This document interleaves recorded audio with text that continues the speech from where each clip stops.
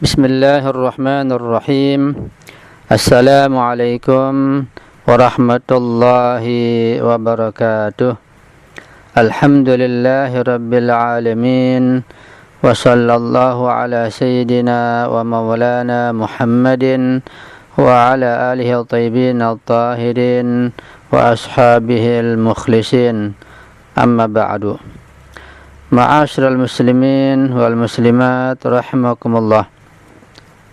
Dalam kajian fikih puasa kita masih membahas tentang satu hal yang cukup penting, yaitu hal-hal yang berkaitan dengan kafarah puasa. Dan kita akan lanjutkan catatan dan penjelasan tentang kafarah.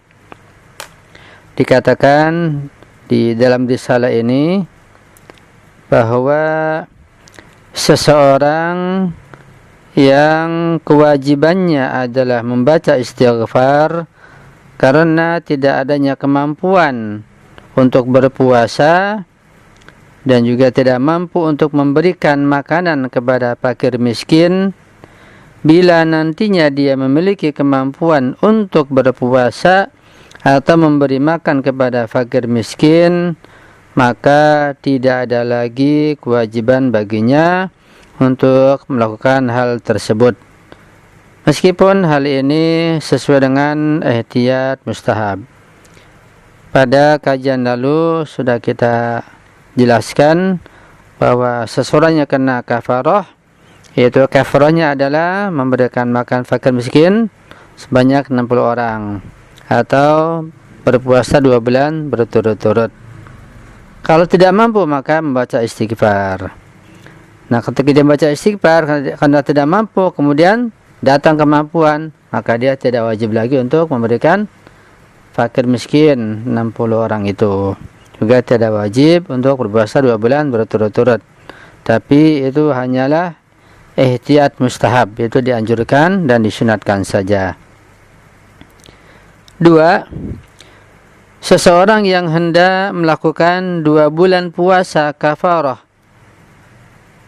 maka dia wajib melakukan puasanya selama 1 bulan penuh secara bersinambungan, ditambah lagi dengan minimal 1 hari dari bulan kedua, yaitu bulan berikutnya, dan tidak menjadi masalah jika sisanya dia lakukan secara tidak terus menerus. Kita sudah membahas bahwa di antara kafar adalah berpuasa 2 bulan berturut-turut. Maksud 2 bulan berturut adalah 1 bulan penuh 30 hari tambah 1 hari minimal. Itu termasuk 2 bulan berturut-turut. Nah, sisanya 29 hari boleh tidak berurutan. Boleh seminggu 2 kali, seminggu 3 kali, dan sampai sebanyak 60 hari atau 2 bulan. 3. Wanita yang hendak melakukan 60 hari puasa kafarah, namun pada pertengahannya mendapatkan haid atau sejenisnya, maka dia bisa melanjutkan puasanya tersebut setelah dirinya suci, dan dia tidak dikenai kewajiban untuk mengulangnya dari awal. Ya, seperti maklum bahwa wanita terkadang mengalami haid dan tidak mungkin untuk puasa sebulan penuh tambah 1 hari. Terkadang mungkin mendapat 2 minggu atau dapat 3 minggu, datanglah haid. Ketika haid dia berhenti, nanti lanjutkan kembali setelah suci dari haid. Tidak perlu untuk mengulangi dari awal, sehingga sangat menyulitkan baginya. 4. Pemberian makanan kepada fakir miskin dapat dilakukan dengan 2 cara. Cara pertama adalah dengan memberikan makanan yang siap santap kepada mereka. Itu makanan sudah matang, sudah dimasak, diberikan kepada mereka sehingga mereka tinggal makan. Atau cara yang kedua adalah dengan memberikan gandum, yaitu atau beras ya, yang mentah, tepung terigu, atau bahan makan lainnya dengan ukuran 750 gram. yakni 1 kilo kurang seperempat untuk setiap orangnya. Jadi setiap orang mendapat 3 gram atau 1 kilo kurang seperempat, ya, baik beras atau gandum atau bahan makan yang lainnya.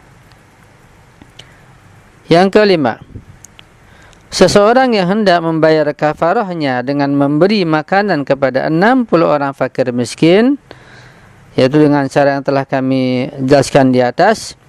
Bila dia tidak mampu mendapatkan 60 orang fakir miskin, maka dia tidak dapat memberikan jatah 2 orang atau lebih kepada 1 orang, melainkan wajib baginya untuk memberikan kepada 60 orang tersebut masing-masing 1 bagian. Tentu saja dia dapat memberikan jatah sejumlah anggota keluarga yang fakir kepada kepala keluarganya dan dikonsumsi oleh mereka bersama-sama. Jadi jelas bahwa pemberian kafarah berupa makanan 60 orang fakir miskin ini adalah harus 60 orang.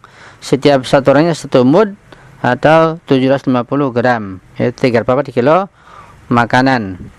Dan tidak boleh satu orang mendapat misalnya 1,5 kilo atau lebih. Harus 60 orang. Nah, jika tidak ada di daerah tersebut, di daerah tempat dia tinggal, boleh dikirim ke daerah yang lain yang ada fakir miskinnya sebanyak 60 orang. Ya, atau mungkin di daerah 30 orang, di tempat yang lain ditambah 30 orang lagi. Dan begitu seterusnya. Sehingga semua berjumlah 60 orang fakir miskin. Dan tentu boleh juga diberikan kepada para pelajar atau para santri. Ya.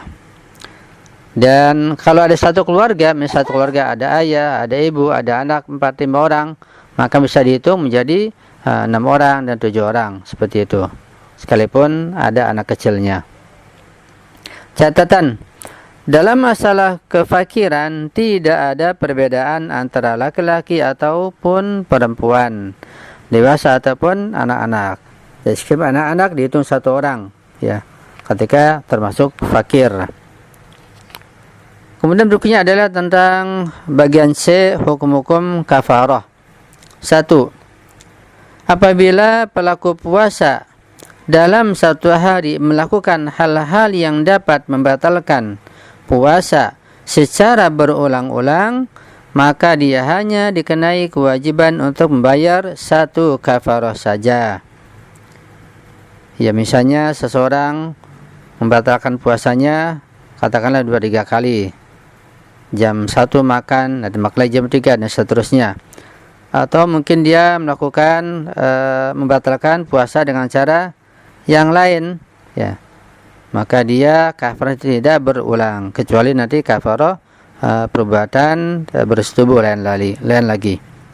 Memang jika hal yang dilakukan adalah berupa persetubuhan atau masturbasi, maka berdasarkan ihtiyat wajib dia harus membayar kafarahnya sebanyak dia melakukan persetubuhan atau masturbasi.